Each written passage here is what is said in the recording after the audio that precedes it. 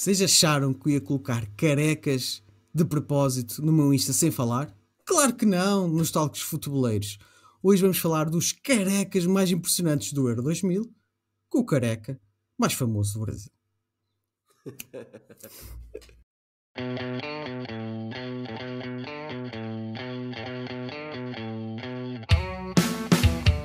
It's Alan Shearer. That's the way to finish it. Oh! Jardel e é o gol do Porto. É o gol do Porto no Estádio da Luz. Balotelli, Aguero. Que golaço da Bruno Fernandes! Que golo, que golo, que golo, que golo, que maravilha! Futebol de Bolso, um projeto do Brás Assunção.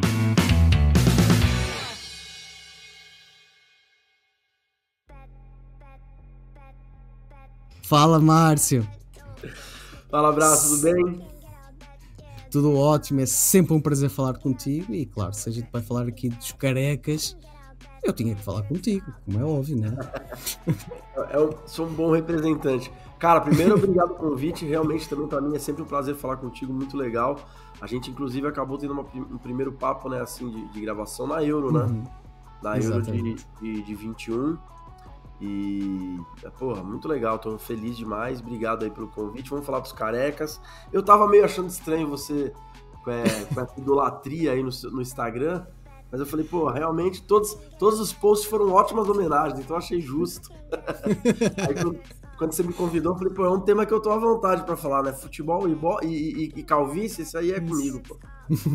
Eu também tô representando um pouco aqui com o meu novo corte de cabelo, em homenagem a estes craques, e a calvície tem a sua...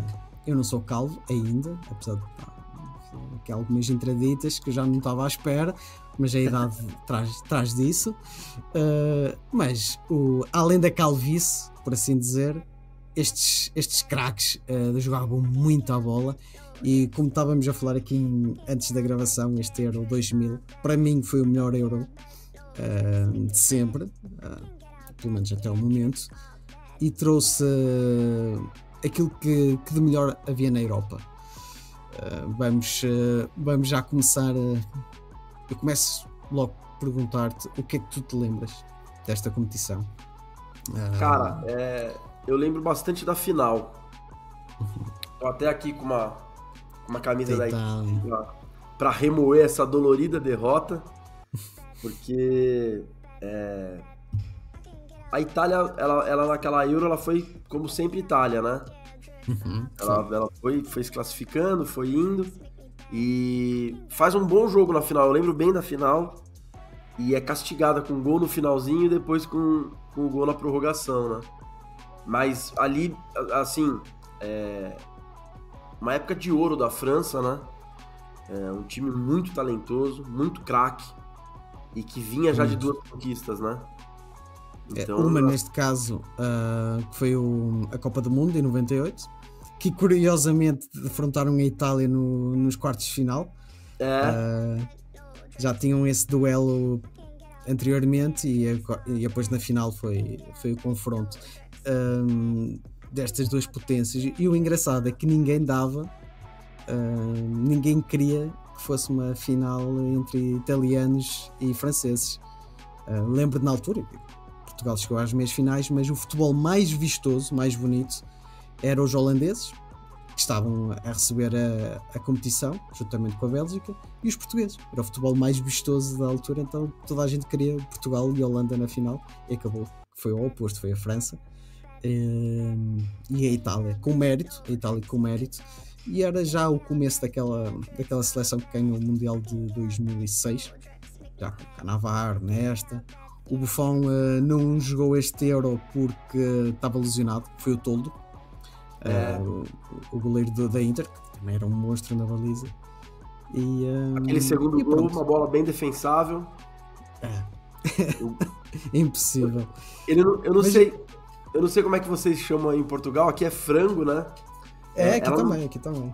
Ele não chega a ser um frango, Mas é uma bola muito defensável, né? Porque ele pula e ela passa embaixo dele, pô. Então É. Uma outra E o coisa que engraçado- eu lembro, uma outra coisa que é muito legal de lembrar, Brás, eu já não era criança, né? Já era velho, tudo, já assistia muito futebol. O que chamava muita atenção aqui pra gente é que a gente teria a Copa do Mundo 2 anos depois, né? Uhum, sim. No Japão e na Coreia. Mas essa Euro, se eu não me engano, é o primeiro torneio que 2 países dividem, né? É. Que eles, e países que tem uma rivalidade, né? Que tem todo um contexto. Então, aqui no Brasil se vendeu muito a Euro assim, sabe?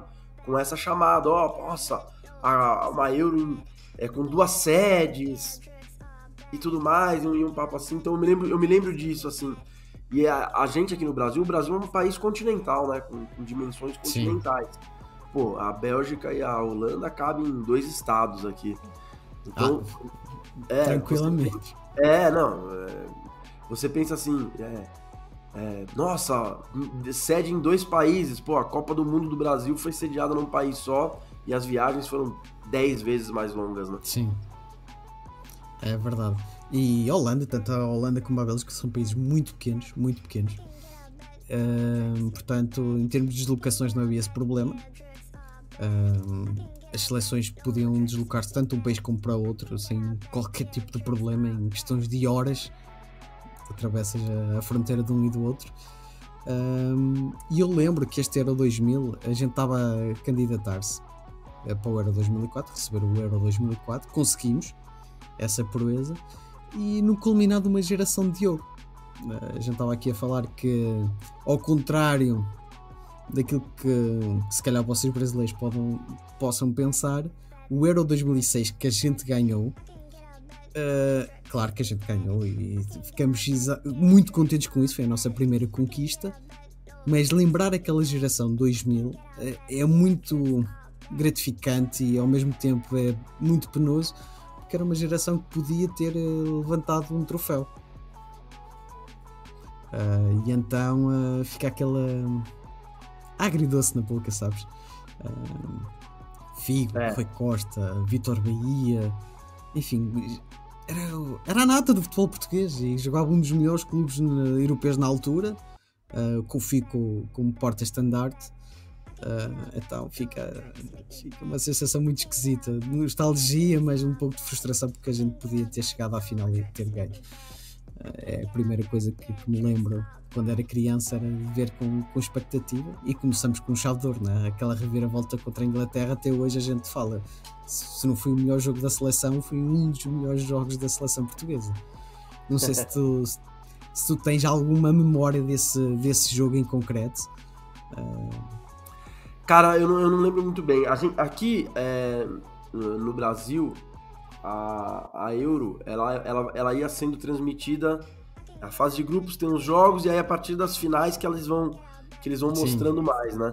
Mas eu falei até no off aqui pra você que uma coisa que eu lembro bem era da expectativa, porque o grupo era dificílimo, né? O grupo de Portugal era muito difícil, e Portugal se classifica em primeiro com 3 vitórias, assim, sobrando no grupo, né? Sobrando. Sim. Romênia se classifica no detalhe ali, em cima da Inglaterra. Aliás, o que elimina a Inglaterra é essa virada, né? Porque se ela segura o empate, ela talvez se classificasse, né? Na frente da Romênia. Exatamente. Aquela virada contra a Romênia que decide realmente a passagem da Romênia. Já era um grupo muito, muito difícil. Era uma Alemanha que era campeã em título, na altura, porque tinha ganho em 96, mas já era uma Alemanha que estava em transição. Tanto é que isso foi um ponto de viragem. Se calhar vivemos hoje em dia uma Alemanha também em transição, mas sei que na altura aquilo foi a derrota contra Portugal, e não foi a derrota contra Portugal, mas foi aquela derrota em si, marcou uma mudança na Alemanha. Ok, a gente não estamos a renovar a seleção, então a partir daqui vamos trabalhar na formação. Então eles começaram a colocar gramados nas cidades para a molecada poder jogar futebol, ter condições para jogar futebol, para chamar a atenção dos clubes, para conseguirem fazer uma triagem muito melhor a partir daí. E é notório, né? A Alemanha foi crescendo, tanto é que depois chegaram em 2014 e fez o estrago que fez, por exemplo. E é sempre uma seleção de alto nível. E é engraçado que isso foi falado muito, né, na época, principalmente do 7-1, que foi uma repercussão mundial. Sim. Eles falam muito dessa reconstrução do futebol alemão, de tudo que eles fizeram, de como a federação obrigou os clubes a investir na base. Exato. E por conta de resultados que foram ruins, mas nada demais. E aí você pega a Alemanha pós-título de 2014, e aí sim é um desastre, né?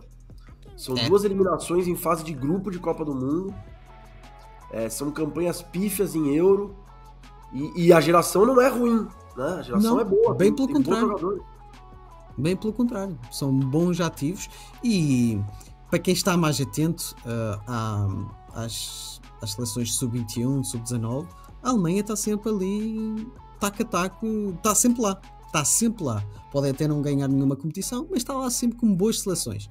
Isso é fruto desse trabalho base que eles fizeram a partir de 2000. E aqui um dado curioso: Portugal ganha 3-0 com um hat-trick de Sérgio Conceição, que é o atual técnico do Porto, e a equipa foi toda rodada. Portugal já estava classificado, mas rodou a equipa toda, ou seja, mesmo com a equipa rodada, Portugal chega lá e ganha 3-0. E isso deu-nos uma confiança que, assim, se a segunda linha ganha 3-0 uma Alemanha, estamos muito bem. Não, e ganha bem nas quartas também, né? Ganha uma Turquia chata, e vocês sabem bem como é que era chata a seleção da Turca. É praticamente a mesma seleção que dificulta tudo do Brasil 2 anos depois na Copa, né? Isso, exatamente. E também tem o seu carequinha, né? Eu não vou lembrar o nome dele, mas ele tem aquele meio campista careca. Eu acho que era o Sass. Meio campista, meio avançado, ele jogava também ali mais na frente, ele era chato, muito chato. Nossa, qualquer seleção turca, independentemente da geração, uma coisa eles vão ter sempre, aquela forma de combater, parecem gladiadores, isso vai estar sempre presente naquela seleção turca. Mas vivia uma boa fase aquela seleção, com o Fatih Terim, que estava no Galatasaray, que tinha ganho uma taça UEFA, uma Copa UEFA, naquele mesmo ano, então estavam com um espírito muito, muito bom. Mas vamos falar aqui dos carequinhas. É o que nos traz cá. Vamos ao que interessa.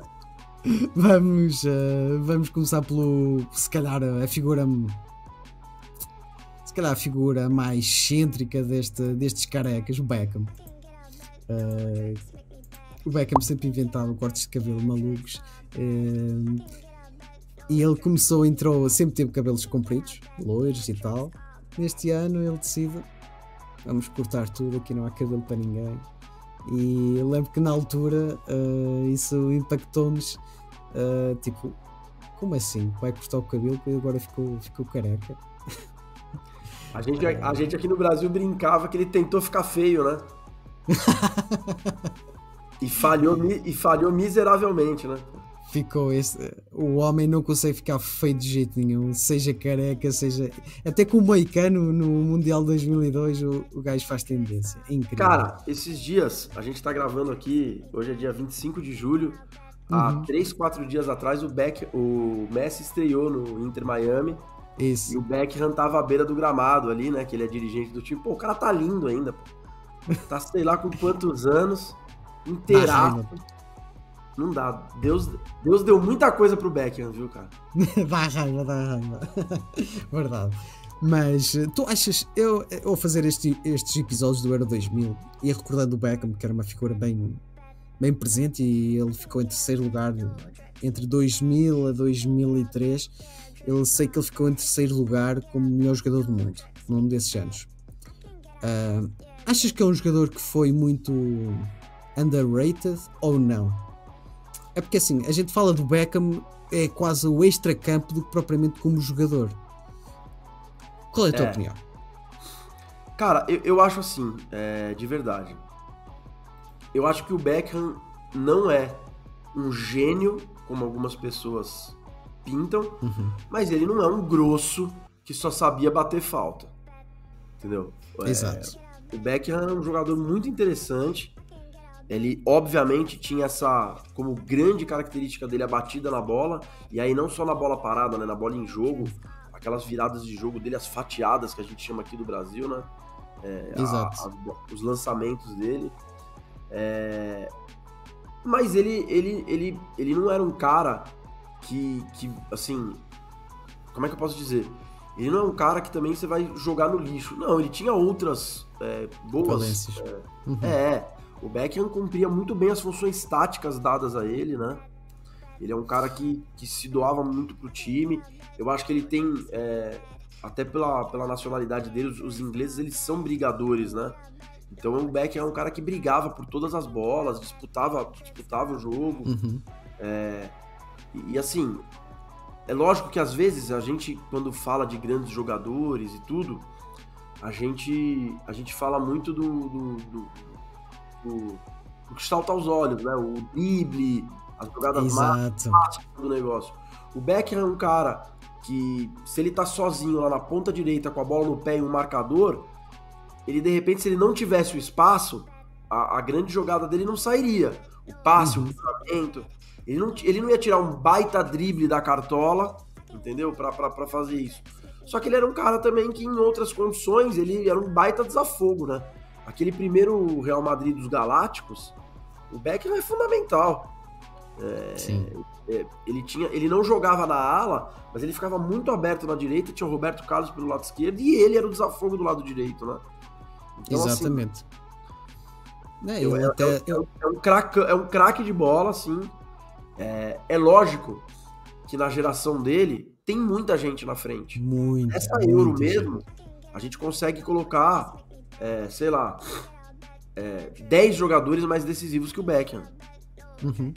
Mas eu acho injusto também falar que ele era um cara que só batia a falta, sabe? E escanteio. Não, ele era muito mais do que isso.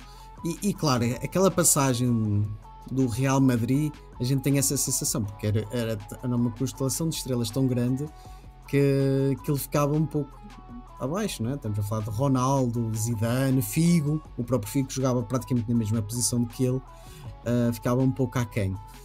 Mas a capacidade de passe, cruzamento e, claro, bolas paradas faziam dele algo mais.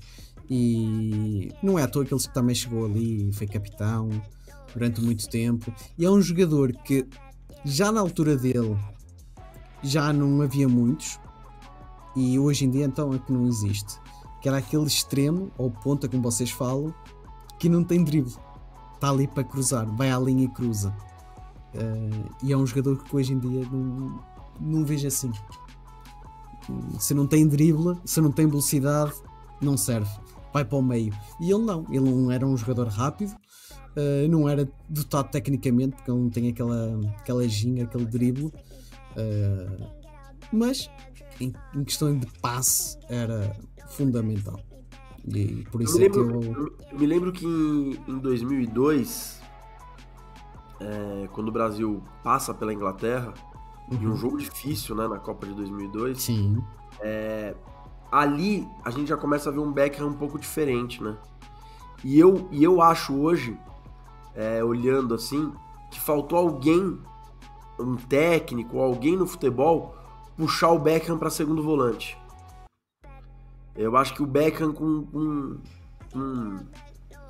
uma adaptação e com um trabalho de marcação Sim. e composição de meio, o Beckham podia ser um Pirlo, assim, sabe? Um cara mais ativo pra ter bola no meio. Lógico, o Pirlo tem uma qualidade incrível, mas o Beckham, eu digo assim, entendo. Eu acho que qual era a grande característica dele? Bater na bola. Então ele tinha que ter essa bola no pé o tempo inteiro, pra achar um lançamento, pra achar um cara.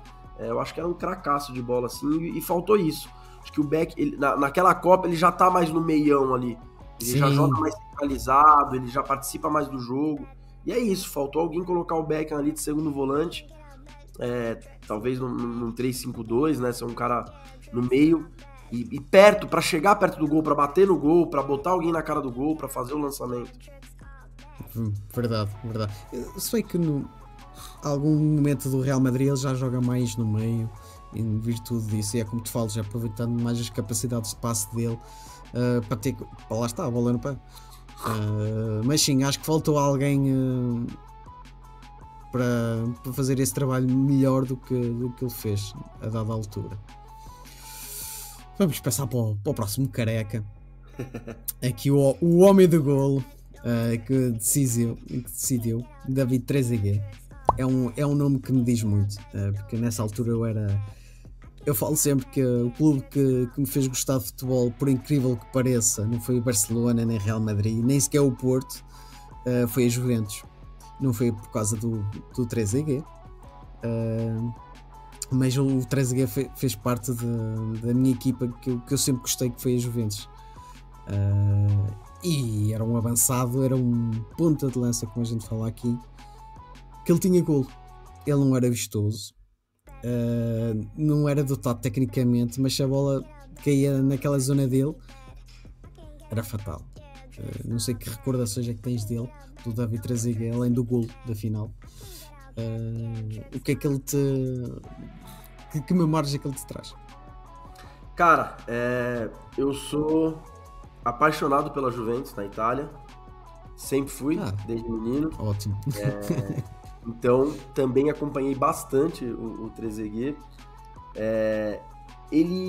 Primeiro, ele é um cara de uma estrela danada, né? Porque ele tem muitos gols decisivos na carreira. Sim. Ele é um cara onde ele passa, ele tem boas médias de gol, né? Ele tem sempre... Sim. É um cara que não jogou tanto na carreira. Eu acho que ele tem contusão e às vezes até opções, né? Talvez ele era um cara assim... Eu me lembro de se falar muito na época do Trezeguet ser um cara um pouco desligado do jogo, né? E eu acho que isso que fez com que ele em vários momentos não fosse titular absoluto das seleções, né? E eu acho que também, principalmente na seleção francesa, o grande problema dele é a concorrência, né? Porque você tinha o Henry, que não tem o que falar, é um cara pra mim assim que, nossa, ele pegou uma geração com muito craque, mas o Henry no futebol de hoje teria ganho aí pelo menos 2 melhor do mundo, ele teria ganho. Com certeza. Se ele nasce 10, 15 anos depois, ele teria sido maior ainda do que ele foi no futebol. Concordo. Mas assim, eu acho legal no Trezeguet que a gente brinca muito aqui no Brasil, que tá faltando. Ele é aquele 9-9, né? Porque ele faz gol de tudo quanto é jeito, né? Do jeito que a bola chega, ele faz o próprio gol do título. A jogada, ele é muito inteligente. Porque ele tá fechando, ele para, e a gente chama aqui de dar o gato, né? Aí ele dá o gato, vem pro primeiro pau e mata a bola. Então, assim, é um cara, assim, muito legal. E tem uma história, né, muito envolvido com a Argentina, né? Com descendência, tudo. Então a gente aqui na América do Sul sempre falou muito do Trezeguet, né? Era um cara dado curioso, desculpa cortar-te, um dado curioso, tu falaste aí da Argentina. Ele na Itália é rebaixado com a Juventus por questões de corrupção. Ele vai para a Série B e fica lá, ele não sai, é um dos jogadores que não sai da Juventus, prefere ficar e ajudar a Juventus a subir novamente, e conseguiu. E no River Plate ele faz exatamente a mesma coisa. Eu acho isso fantástico. Ele vai para o River Plate desce, mas ele fica lá mais um ano para ajudar a subir. Isso é carácter. Não é qualquer jogador que faz este tipo de ações, de um certo respeito e amor. E ele, se eu não me engano, ele não continua no River por opção do River. Sim, eu acho que tem a ver com isso também. Porque ele não sai da Argentina, né? Ele vai pro News, não é? Ele não vai do River pro News? Já não, agora por acaso não sei. Eu tenho quase certeza que ele sai do River Plate e vai pro News Old Boys. Para o News. É capaz, não tenho a certeza, mas é capaz. Eu sei que ele para a Europa já não volta. Porque aí já é aquela reconstrução do River, né? Então eles dão uma limpada, baixam folha salarial, sobem uma molecada, vão atrás de jogadores pontuais, e aí já vem na sequência o trabalho do Galhardo, né? Exatamente. Eu acho que é exatamente isso. Mas pronto, nem que seja por este gol magnífico na final. Que ainda valia o gol de ouro. Isto é uma questão que a gente não falou. Na prorrogação, se alguém marcasse, acabou. Não havia aqui um prolongamento de jogo, o jogo acabava ali. E foi o autor desse gol de ouro. Eu acho que foi o último gol de ouro que existiu. Depois, eu tenho quase certeza que sim, porque as 2 Euros são decididas em gol de ouro, né? Em 96 é o Bierhoff, não é? Da Alemanha, que faz um gol de ouro. Bierhoff, exatamente. E eu me lembro que quando eu era moleque, eu adorava. Porque aquilo dava uma, né?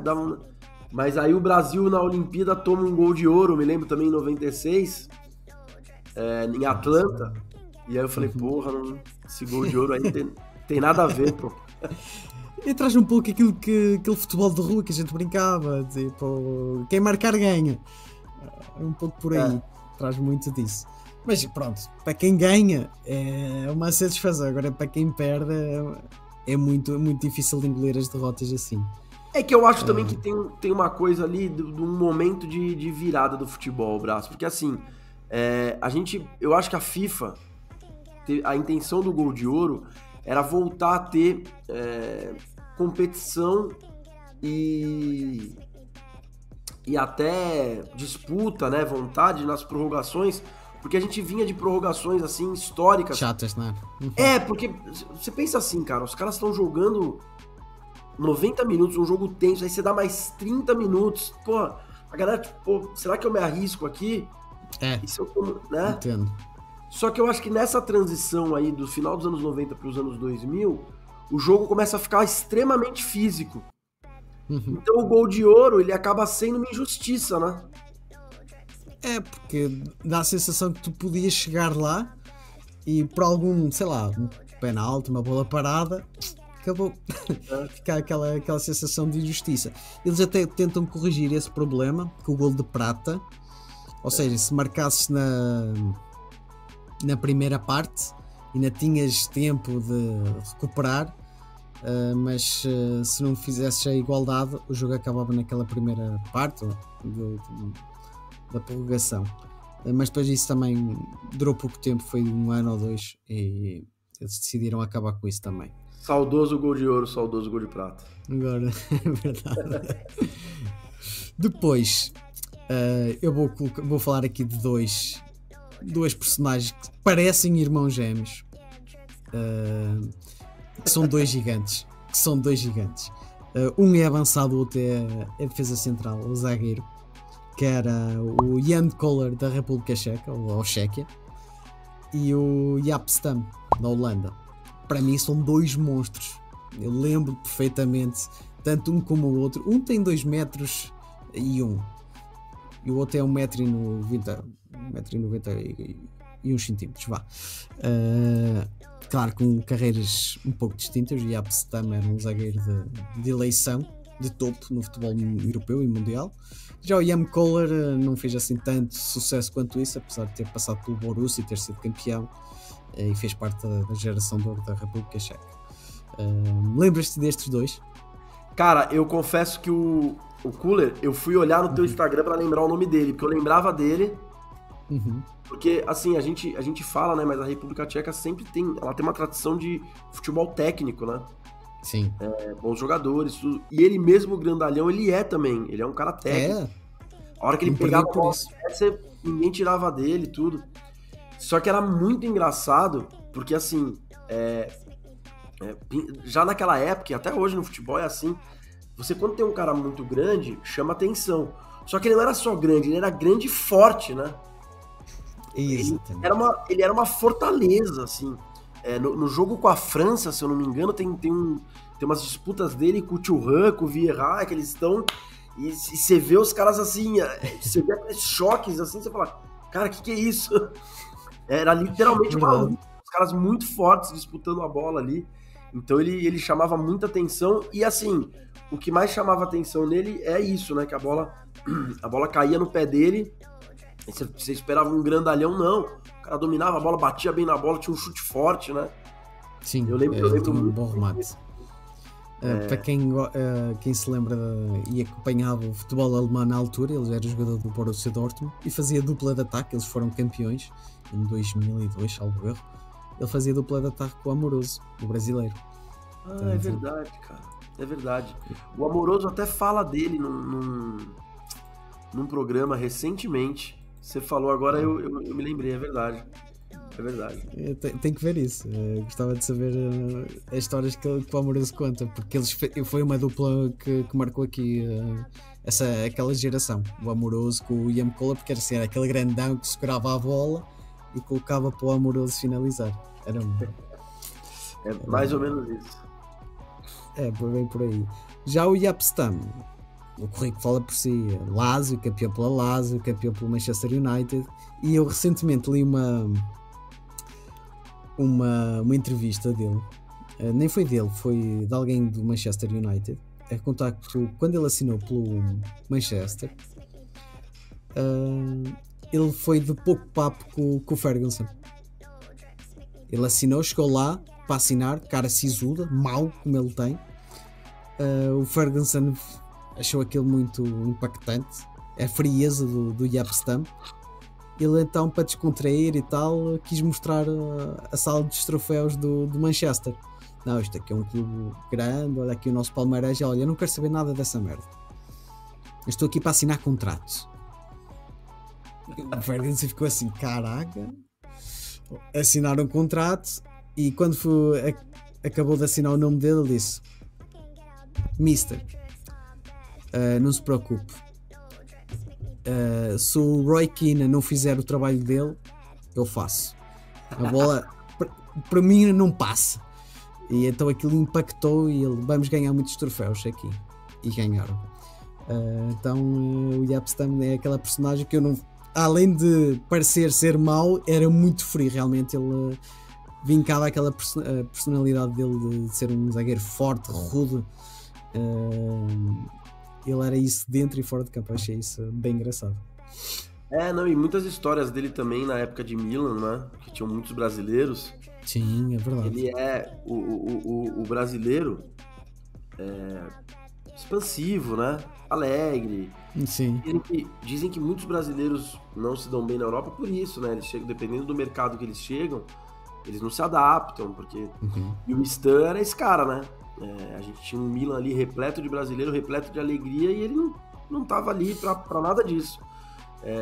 Existem histórias e brincadeiras, né? De treino, de briga, de coisas que... Porque aí os brasileiros também já gostavam de provocar, né? Vamos sacanear esse cara aí. Mas um cara assim... acho que teria uma certa dificuldade pra jogar no futebol de hoje, né? A gente... Verdade, A gente tem hoje um momento, até muito vindo de Portugal, né? Por conta dessa escola portuguesa de técnicos espalhadas pelo mundo, do zagueiro já construtor, né? E o Stam era um rebatedor, né? Era um cara muito forte, brigador, tudo, mas ele hoje já teria uma certa dificuldade. A hora que o goleiro desse um tapa pra ele ali no comecinho pra sair jogando, ele já teria que achar alguém bem perto ou daria aquele chutão que é justamente o que o técnico não quer, né? Quer ter a bola. Mas assim, não tô diminuindo ele não, tá, Abraço? De verdade. Pelo contrário. Ele é um cara que vem de uma escola de futebol muito técnico, que é a Holanda, né? Uhum. Então não é que ele é um cara que surgiu do nada ali, não, ele vem de uma escola técnica e mesmo assim se firmou no futebol, né? Foi campeão onde passou.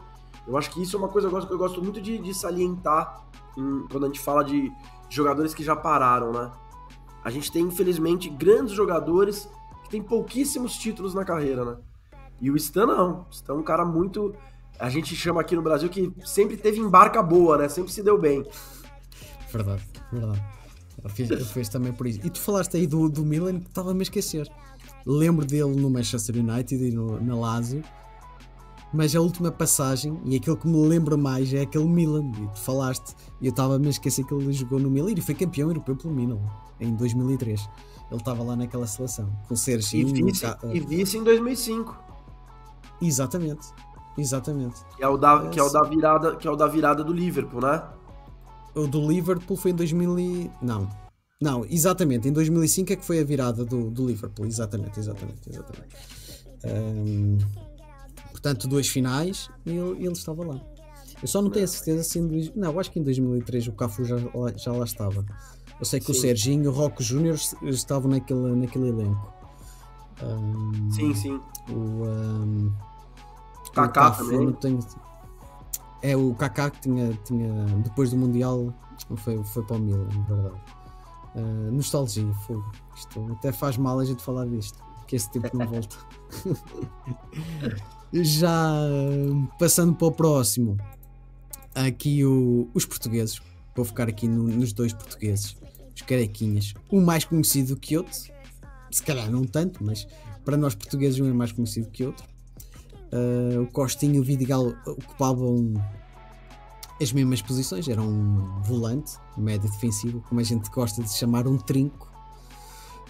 O Costinha teve uma carreira muito superior ao Luís Vidigal.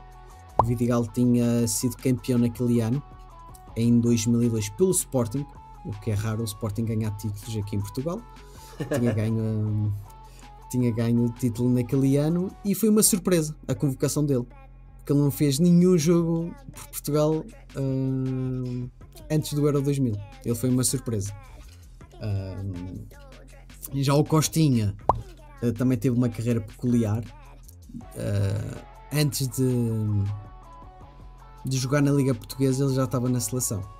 Ele era daquele jogador que começa nas divisões de baixo, nas segundas, nas séries B, séries C, é descoberto por um clube francês, pelo Mónaco, eu lembro disso mesmo. E nunca tinha disputado a primeira divisão portuguesa, e depois vai às seleções, por aí fora. Depois é que volta a Portugal pela porta do Porto, e aí ele foi feliz. Mas na Euro ele ainda está no Mónaco, né? Está no Mónaco. Ele ainda está no porque Mónaco. Eu acho que é a partir daí que ele dá o pulo para o Porto, se não estou em erro. Não, porque eu me lembro de na época, quando Portugal é eliminado pela França, né? Sim. E eu me lembro do Costinha falando, né? Pré-jogo ali, que muitos jogadores jogavam na França, ele conhecia os caras, jogava contra tudo. Cara, assim, eu confesso que o Luís Vidigal realmente eu lembro muito pouco.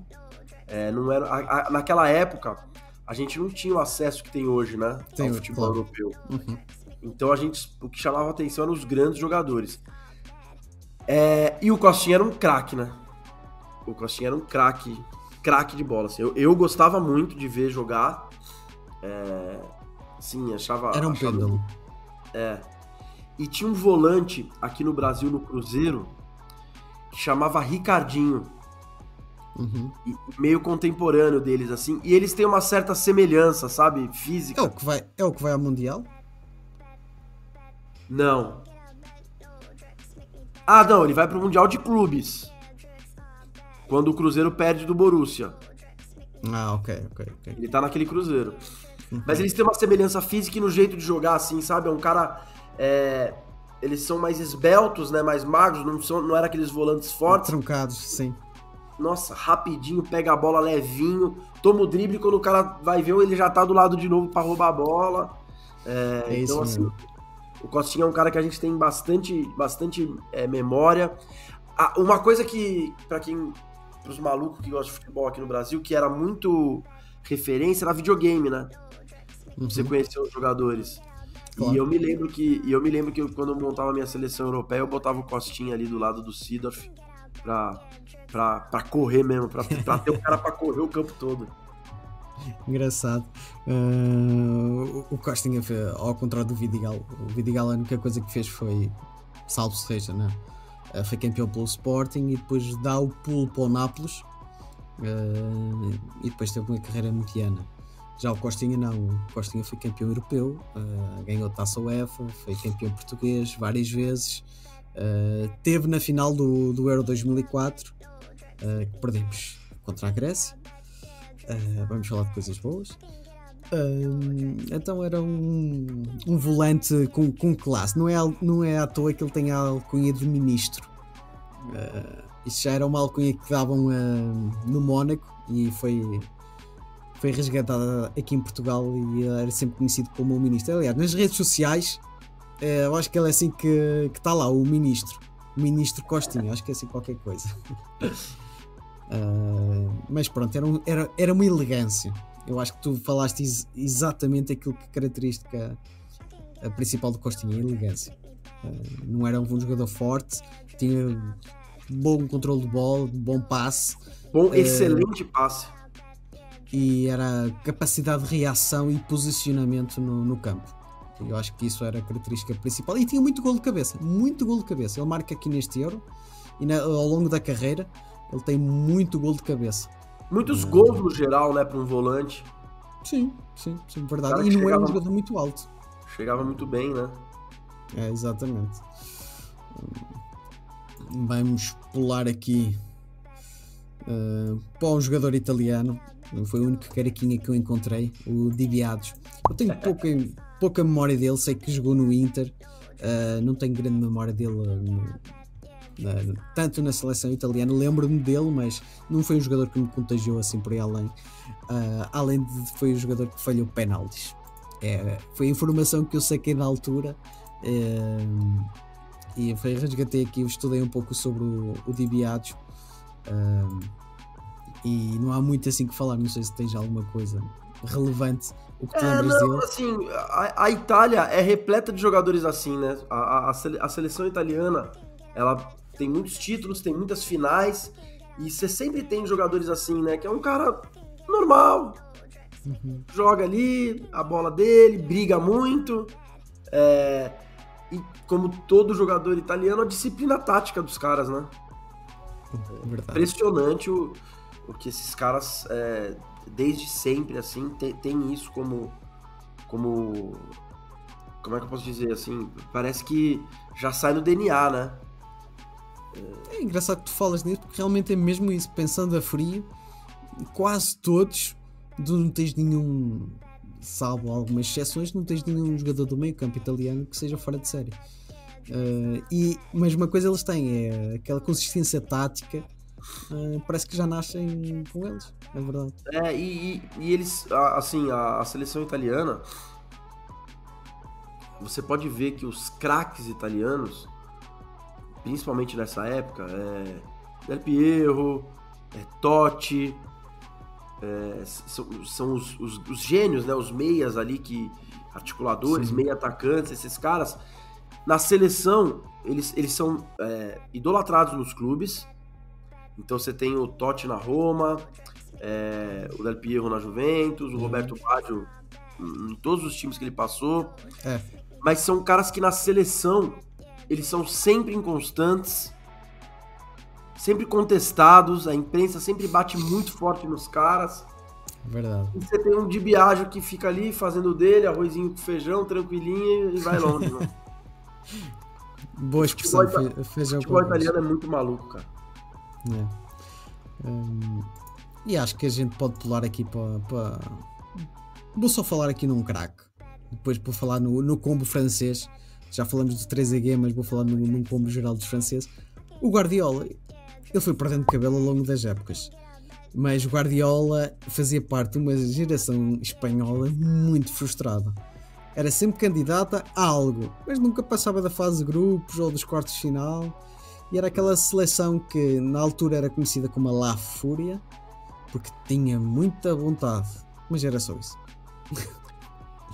Assim, a primeira lembrança que eu tenho, assim, da Espanha, forte, é a Copa de 94, que eles são eliminados pela Itália num jogo muito injusto, né, pra não dizer roubado, e uma rivalidade muito forte também.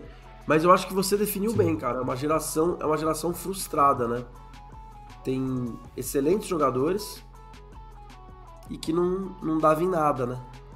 Sim, estamos a falar de jogadores que jogavam no Real Madrid, Barcelona. Eles não saíam muito de Espanha e, né, hoje mantém-se um pouco por aí esse estatuto dos jogadores espanhóis que jogam em Espanha. Mas estamos a falar em 2000 tínhamos Raul, que era o porta-estandarte, o Guardiola, o Luís Henrique, o Morientes nem foi neste Mundial, neste Euro. O Fran, né? O Fran, tinhas aqueles jogadores que já vinham mostrando qualidade no Deportivo. Quem se lembra, o Deportivo era uma equipa muito boa em Espanha na altura. Você tinha o 2000 e Hierro joga ainda, né, o Fernando Hierro? Sim, joga. Que eu me lembro que ele já tá ali caminhando pro fim da carreira, mas acho até que É. 2004 ele joga ainda também. Mas, pô, O Mundial, joga o Mundial 2002. Em 2004 ele já não está lá. Mas o Mundial ele está lá presente, eu lembro perfeitamente. Grande batedor de livros. Eu me lembro de um jogador da Espanha que eu gostava muito, que era o Mendieta. Cara. Aquele pé esquerdo, Mendieta, sim. Fazia parte desta seleção. Naquele Valência. Naquele Valência eu lembro dele na Lazio também. Passou pela Lazio também, é verdade. Ele passa pela Lazio, não acaba sendo marcante, mas eu lembro dele porque eu tinha um amigo que tinha uma camisa da Lazio dele. Que o cara morou na Espanha. Eu fui a Milão no ano passado e em Milão tinha perto do Omo, a catedral lá, tem uma loja de futebol com relíquias de jogadores que oferecem ou camisolas de treino, e tinha lá uma camisola da Lazio, do Mendieta, da Siemens, autografada, penso eu, 500 euros custava, mais ou menos. Meu Deus.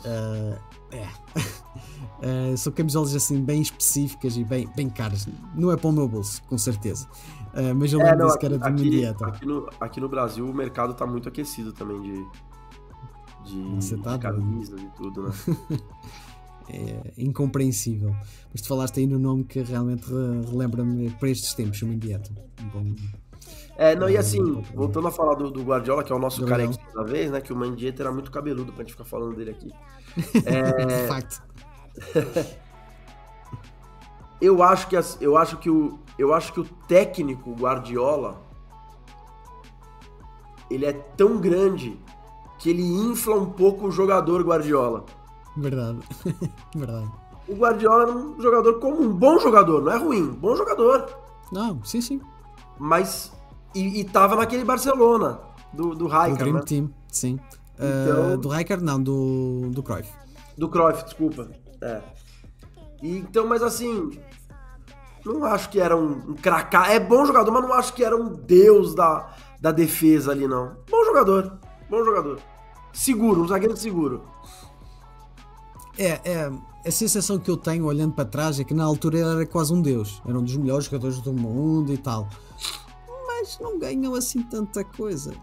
Eu fazia parte do Barcelona, e o Barcelona, para quem não conhece, é algo que me chateia, porque o Barcelona sempre foi um clube grande, mas foi sempre um clube com problemas.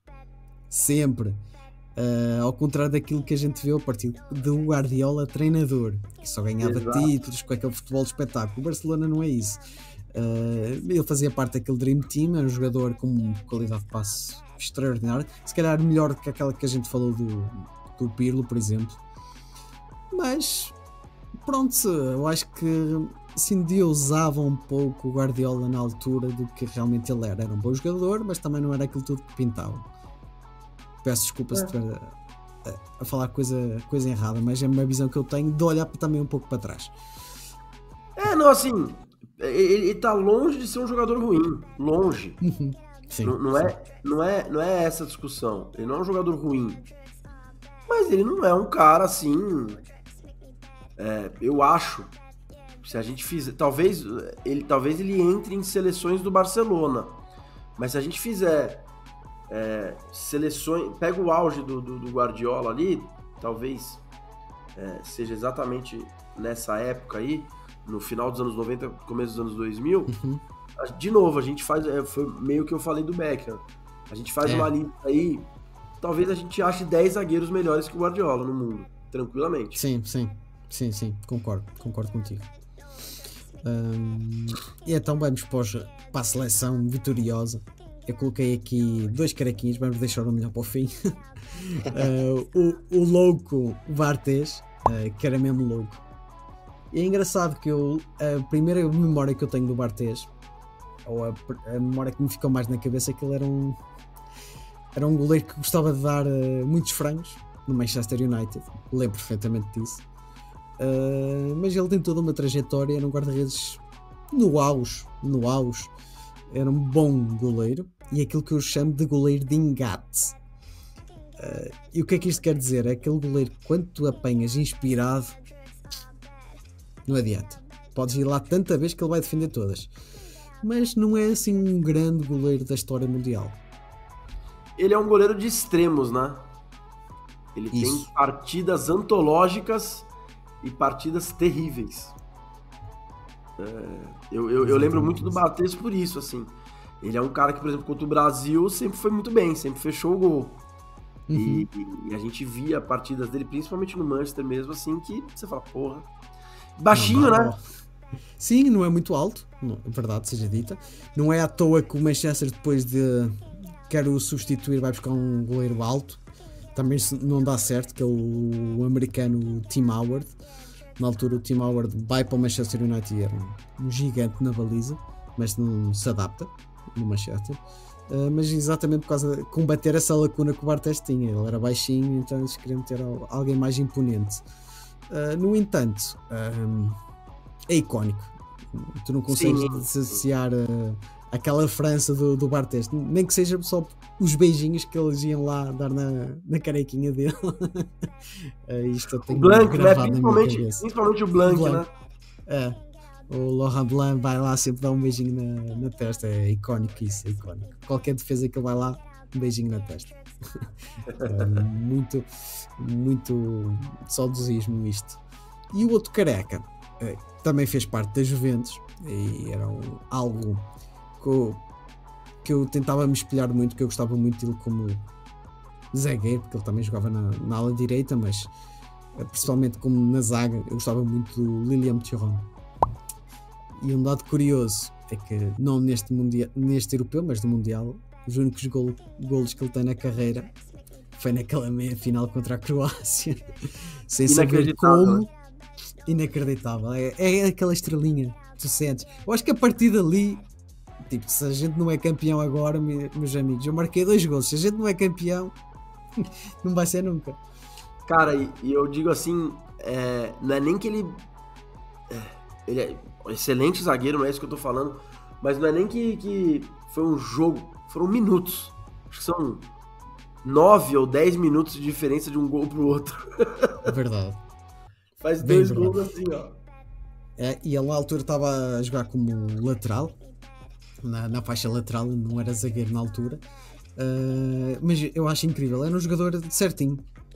Eu acho ele um bom zagueiro, como lateral fazia bem a função, mas também não era nada extraordinário, e ao contrário daquilo que a gente pede hoje de um lateral, né?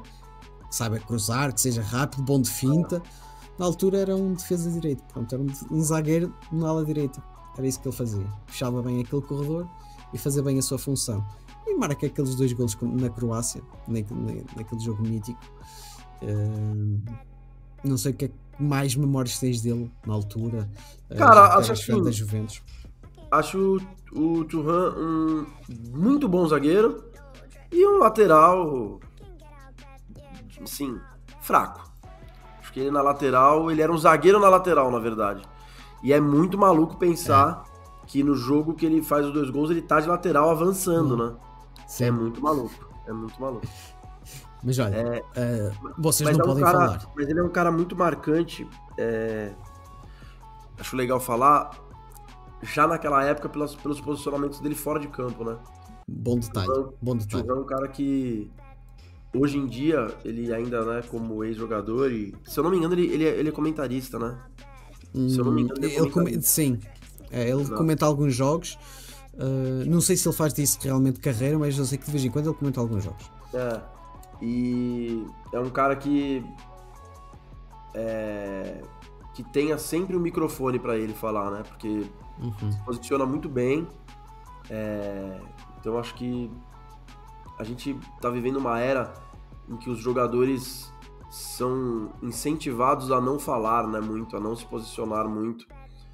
E o Thuram é um cara completamente fora da curva nesse sentido, é um cara que sempre deu a opinião dele, mesmo como jogador, agora no pós-carreira. E tá tendo, eu acho que uma coisa muito legal que eu acho no futebol é pais e filhos, assim, que se tornam profissionais, né? E ele pode ver o filho dele jogar hoje em dia profissionalmente, bom jogador o filho dele, não é nenhum craque, mas é um bom jogador. Então eu acho legal por isso, assim. Mas acredito que os 2 gols dele naquele jogo com a Croácia acabaram dando para ele assim uma visibilidade muito grande também, no sentido de se falar muito do Thuram, porque Não tem como você falar da Copa de 98 e não falar do Thuram, entendeu?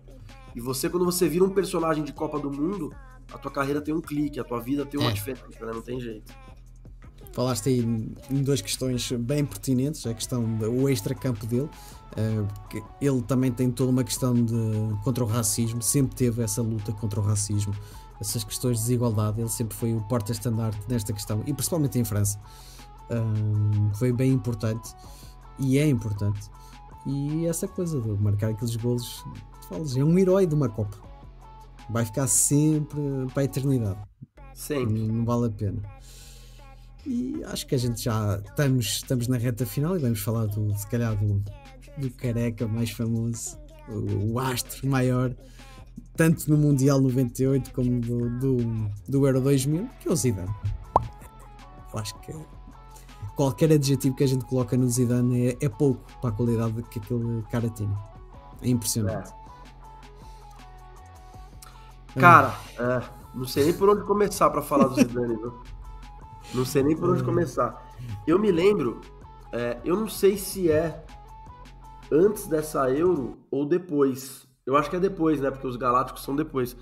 Mas assim, a gente brinca, né? Eu falo de torcer para alguns times assim.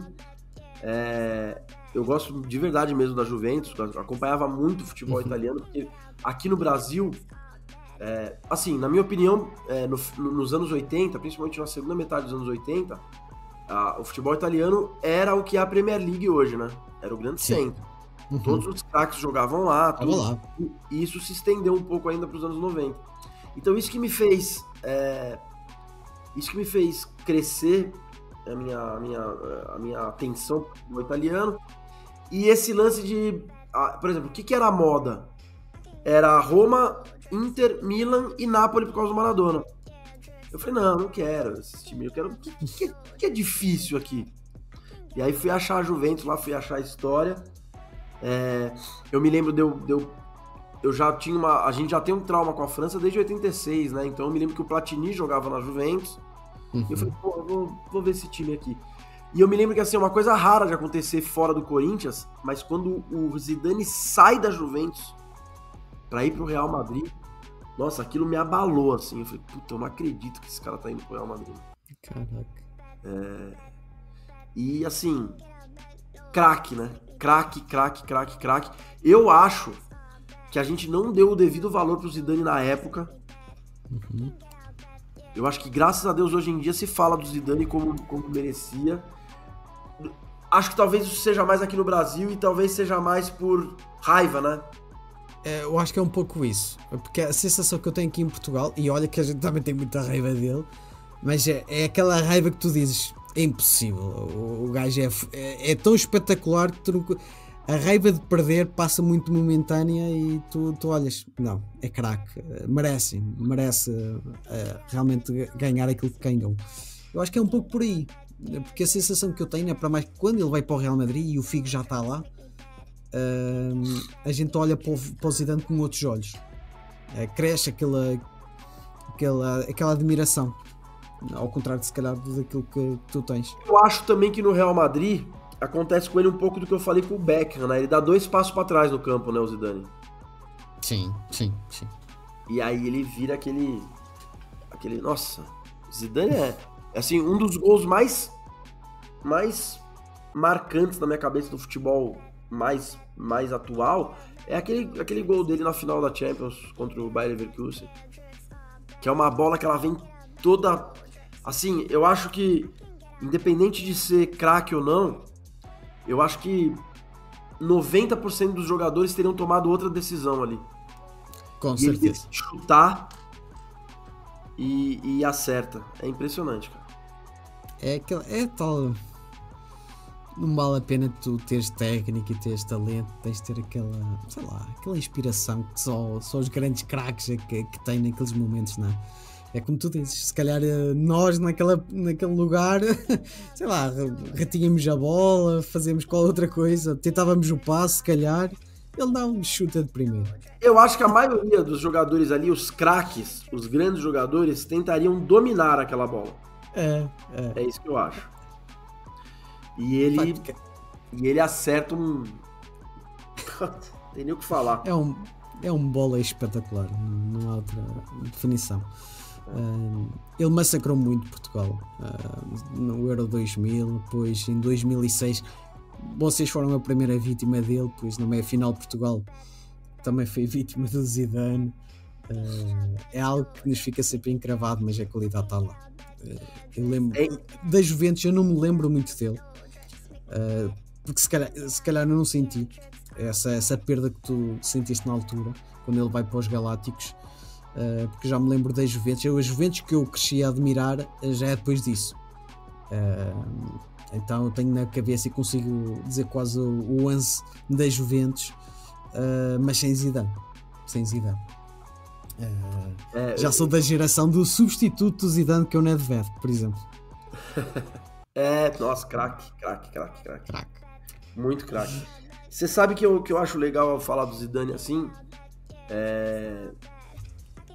que a seleção marca muito a carreira do Zidane, né? Então, em 98, ele vem crescendo na Copa como a seleção, né? Uhum.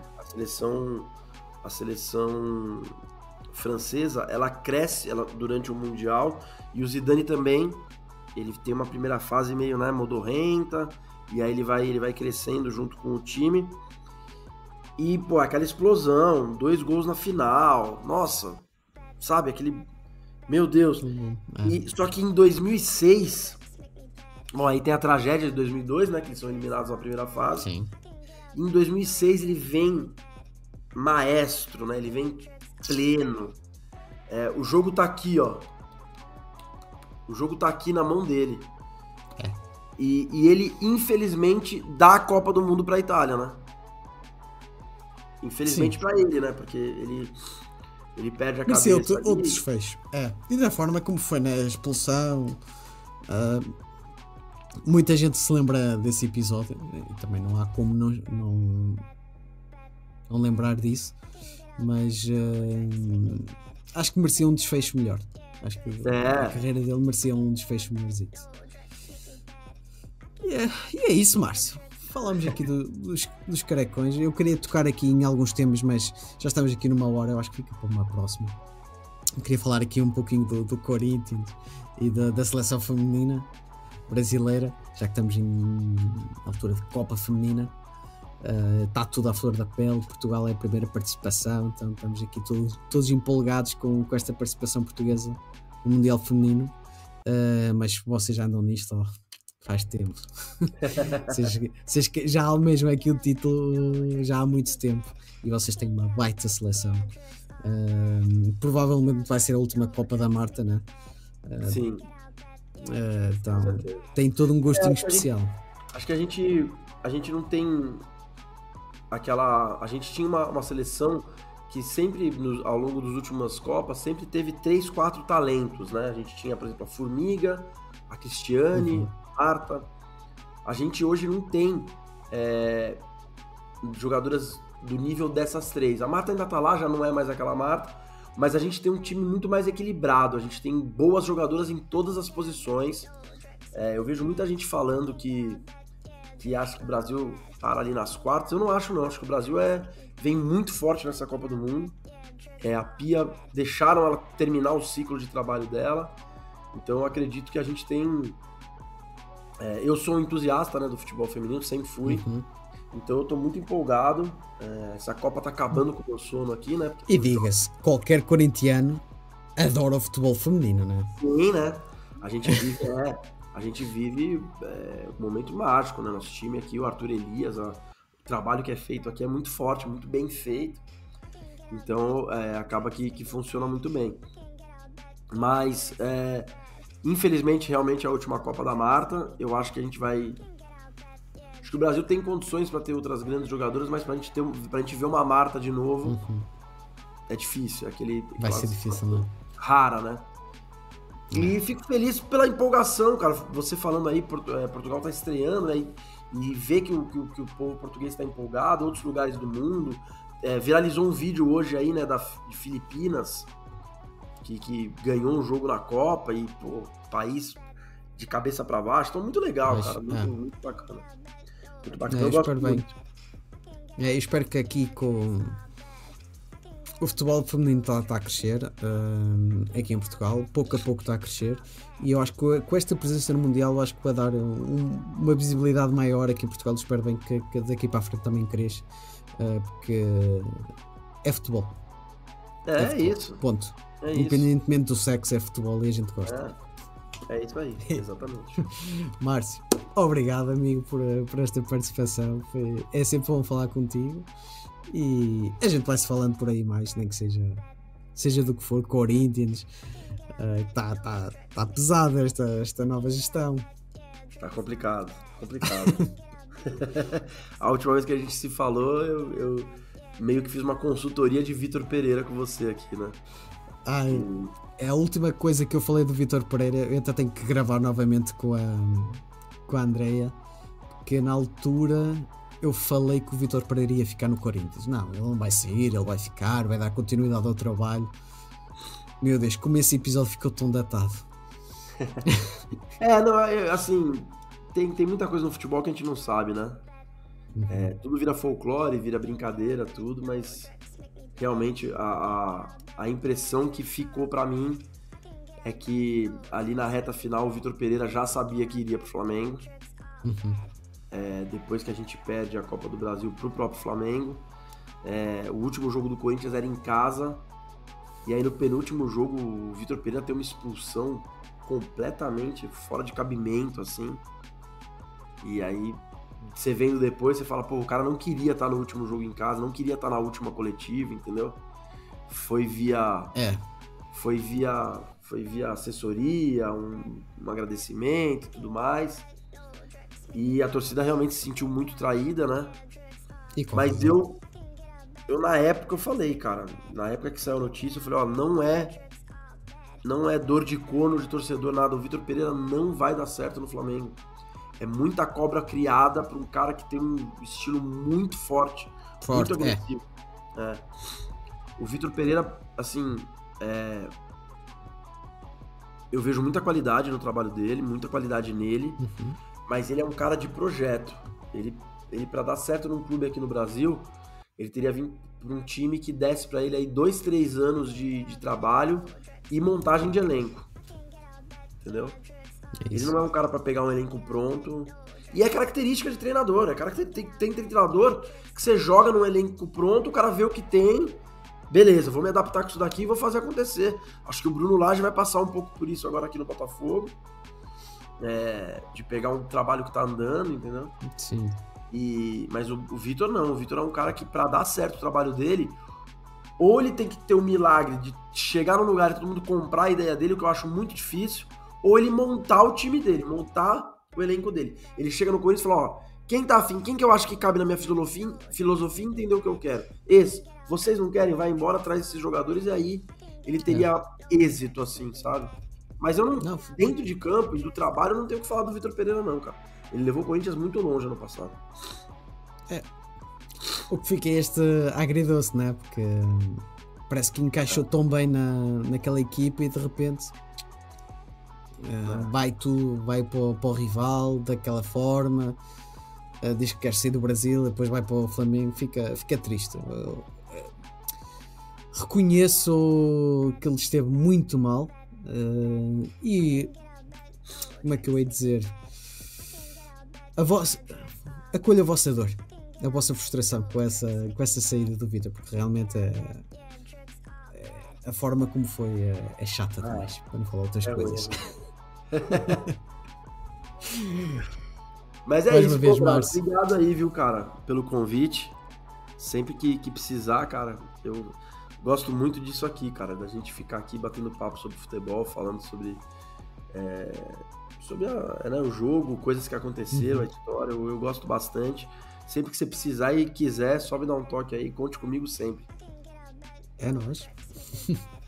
Portanto, pessoal, este foi mais uma brincadeirazita que eu quis fazer aqui sobre estes heróis carecas do Euro 2000. Portanto, subscrevam, deem um likezinho, deem aqui uma moral ao canal e a gente vê-se na próxima semana. Tchau, Márcio. Valeu, obrigado, abraço.